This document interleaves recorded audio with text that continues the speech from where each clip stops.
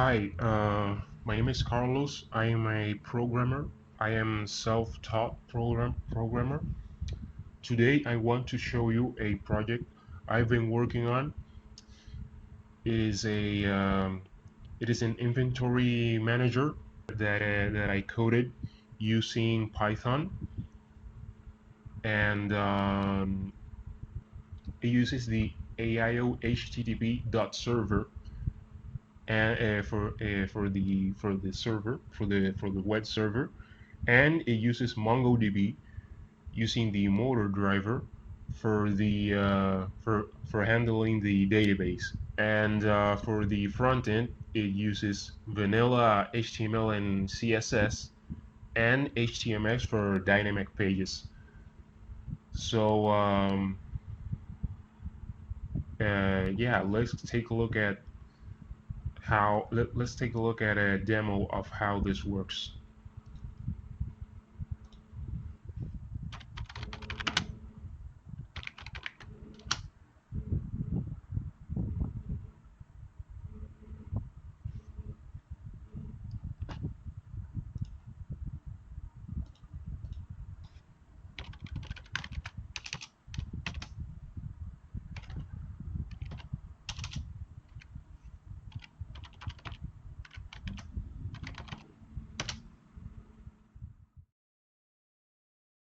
When you load up the homepage of the service, you get a basic asset manager, an order book, and a system administration page.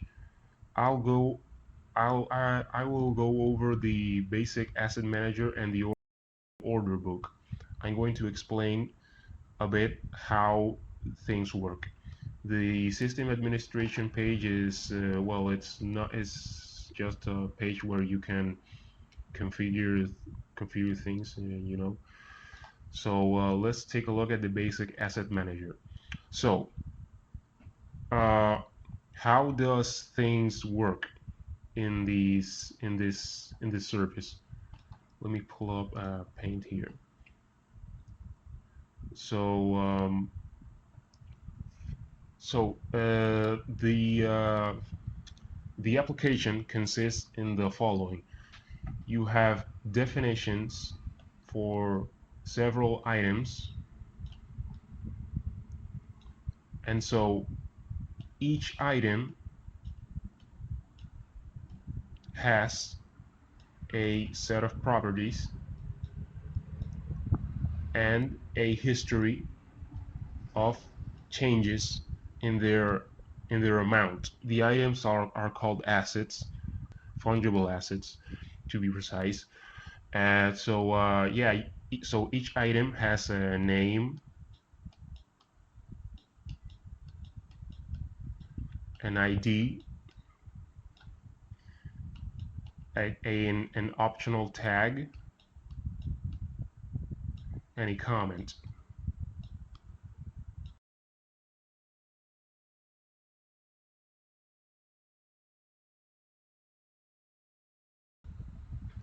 So name, ID, tag, and comment. The tag and the comment are optional. The tag is used for grouping things. You know, you can put a tag of a tag for fruits and group all the fruits in there. You can put a tag for construction materials, and put and then group there, and all the bricks, all your I don't know, all your bricks, all the cement, you know, stuff like that, you know, and so on. So the history consists in that you can add operations where you increase or decrease the quantity of the current asset, and when you combine all the records, you get an amount. So let's say that on day one you added 20, on day two you took 5, and on day 3 you added, I don't know, one more, and when you take this and do a sum, you get 20. 15 plus 1 is 16, so the current total is 16 at the current time. With these 3 operations it is 16. You add, I don't know, you put on another one for another 2, it's not going to be 16 anymore, it's going to be 18, and so on. So the objective is to have a control of how much there is of each defined asset in the database. Each how much there is of each uh, asset, each item in the database, in real time, and using these records. Now let's take a look at my application. So first of all, we create a new asset. We're gonna put we're not gonna create any text right now. We're gonna call this asset apples. Oh, I forgot something very important, the sign. So the sign, well, for right now I'm just gonna put dev. So what is the sign? The sign is used for signing operations or assets. In this case, I'm signing a new asset I'm creating. I'm putting this manually because there's no authentication yet. When the authentication and authorization is ready, the sign will not be able to be put like this manually. It's gonna match, the sign will match the username. So this is temporary.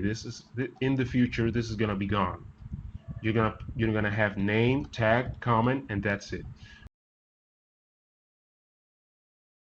And right now this is happening for the history within each asset and orders at the order book, which we're gonna take a look at that when we take a look at the order book. So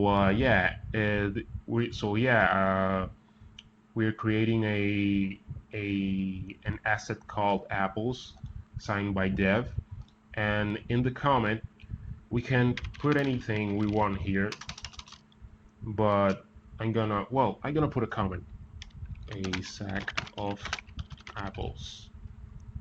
Create asset created. Here we can view or edit the asset.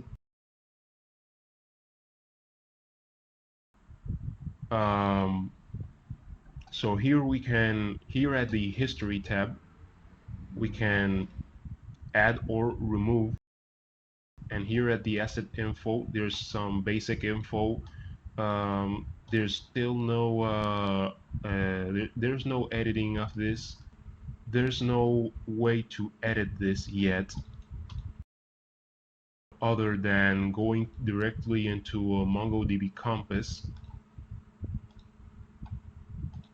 and forcing a change here, which I'm not gonna do. I'm not gonna do it, but it can be done. You can also delete it right now. I could also delete this asset right now if I want to, but I'm not gonna do that right now. So about the history, here is when this whole thing comes into play,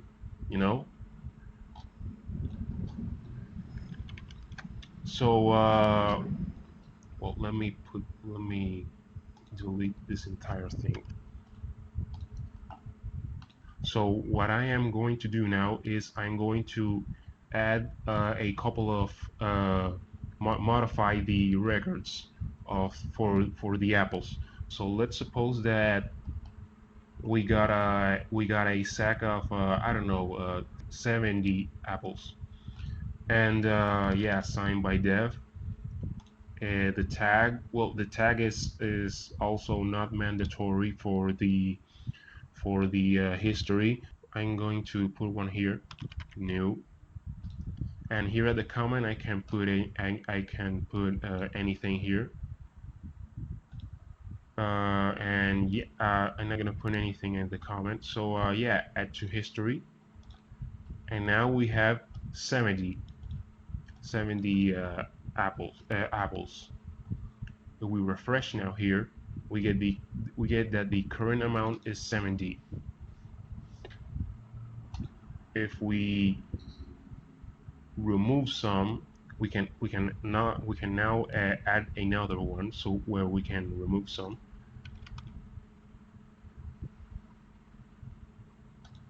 And we can put in a comment that says sold 10. Refresh now, and now we have 60. So I'm going to create a couple of new assets.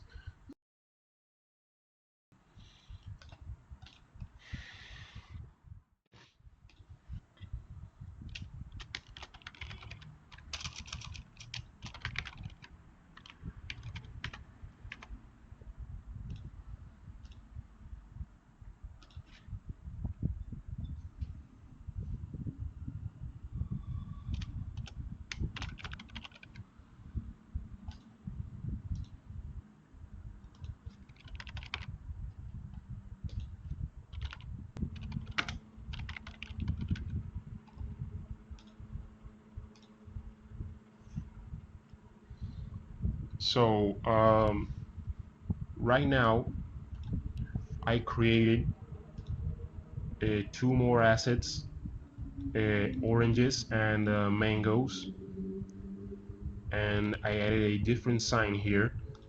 I'm gonna explain why in a bit, and I'm gonna talk about something very important, and that is the search function, this search button here. So when you click it, you get this asset searcher, and here you can search for any specific asset.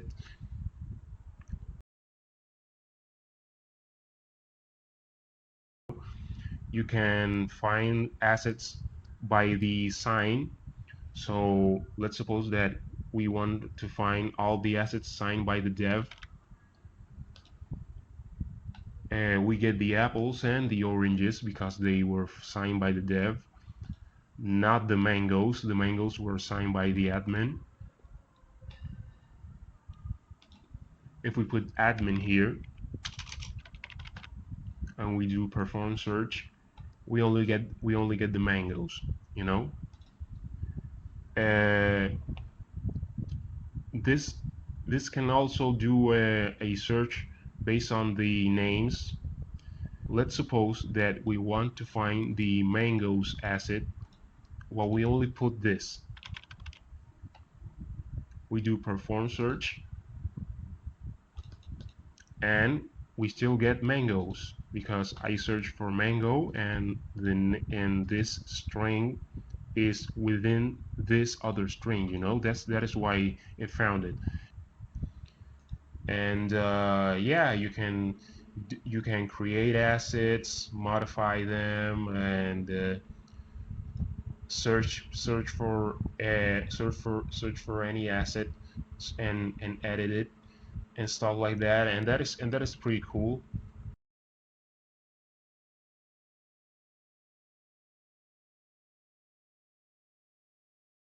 So let's go to the second part of this, and that is the order book. So let me see if I can draw here. So the order book is the equivalent of, okay, no. So the order book is the equivalent of a shopping cart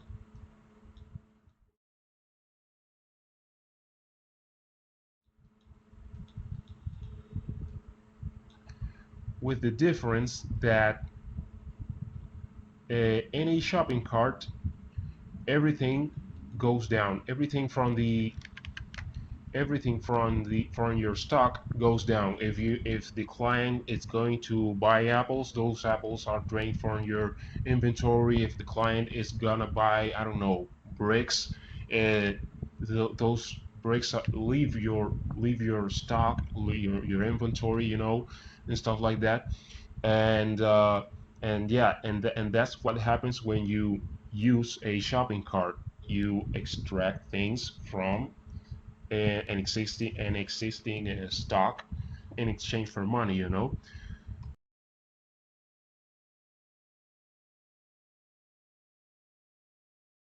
So the orders in my application, in the application I made, are more like different things that go in and out at the same time.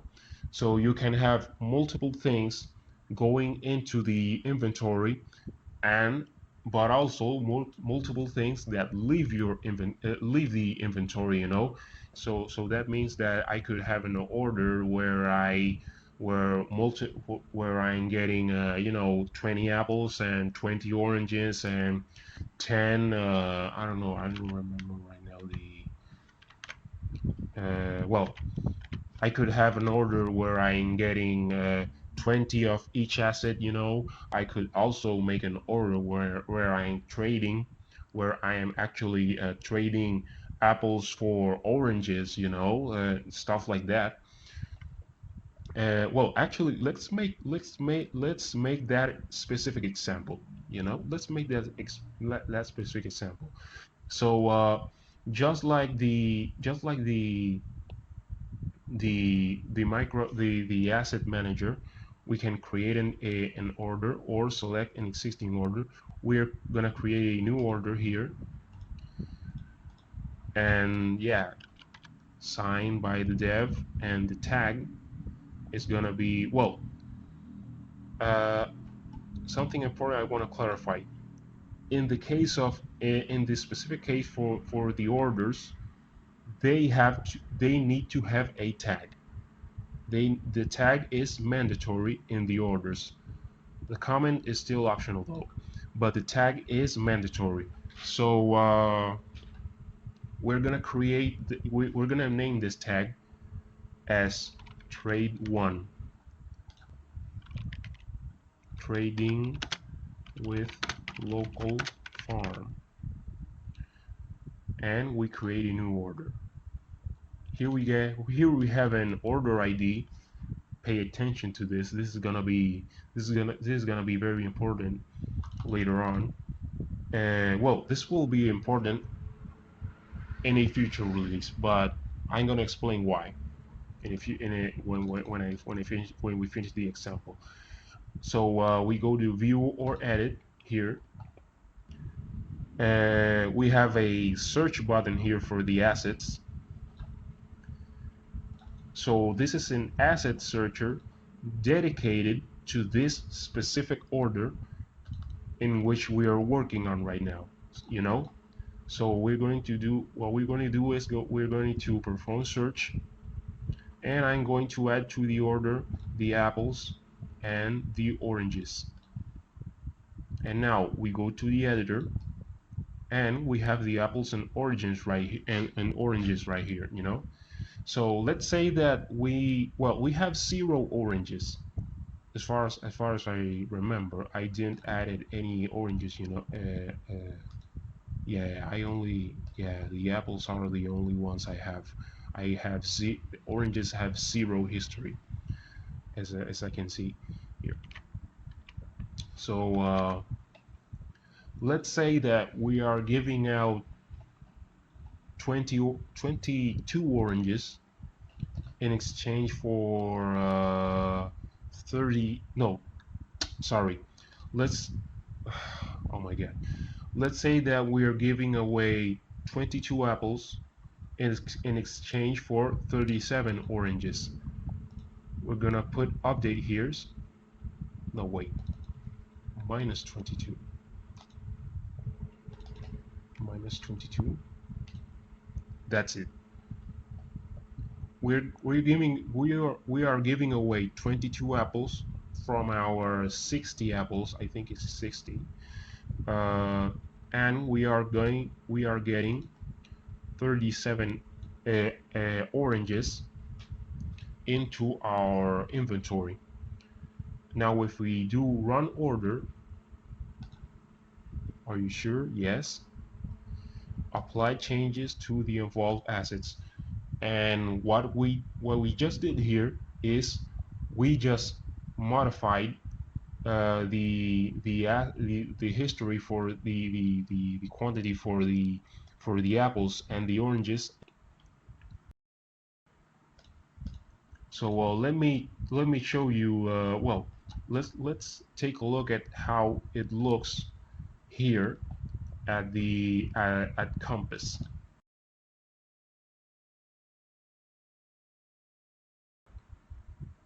As we can see,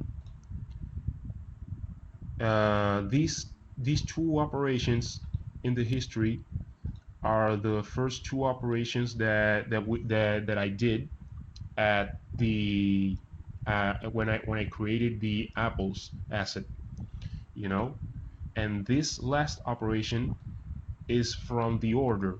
Now, if you take a look, if you take a look at the ID for this specific moment, is for this specific record in the history, this ID matches the order ID.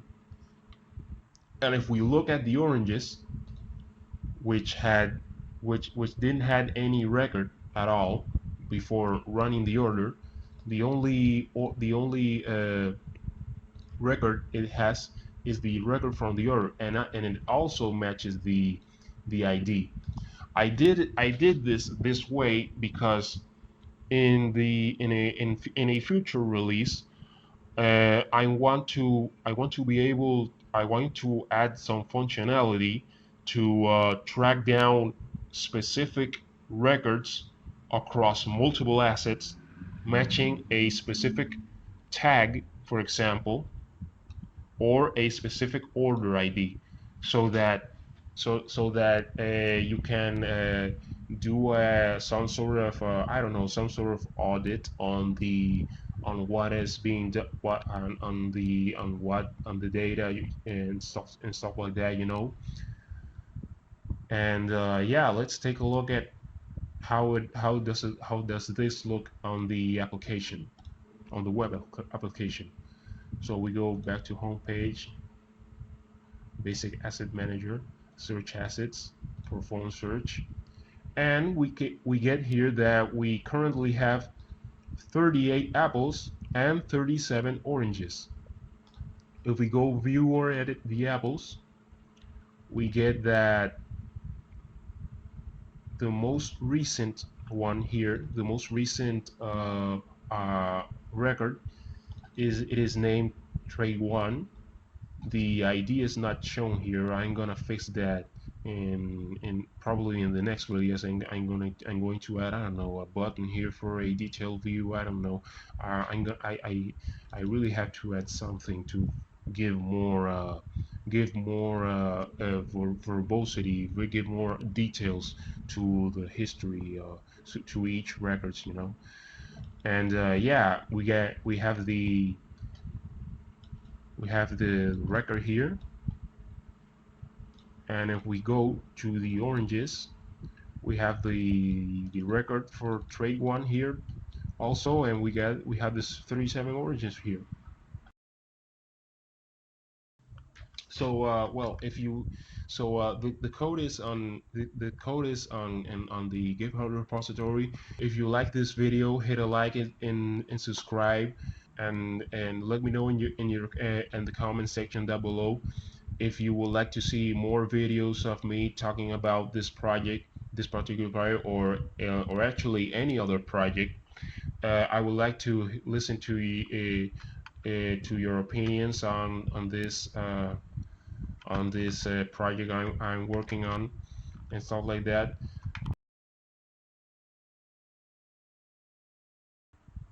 And well, that's it for today.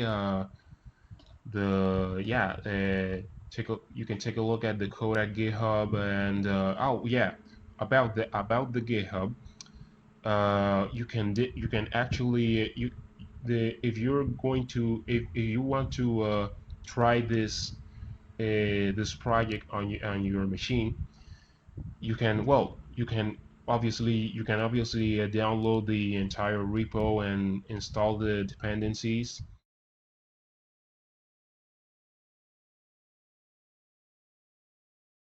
I am also releasing it in the form of binaries, for both for Linux and for Windows.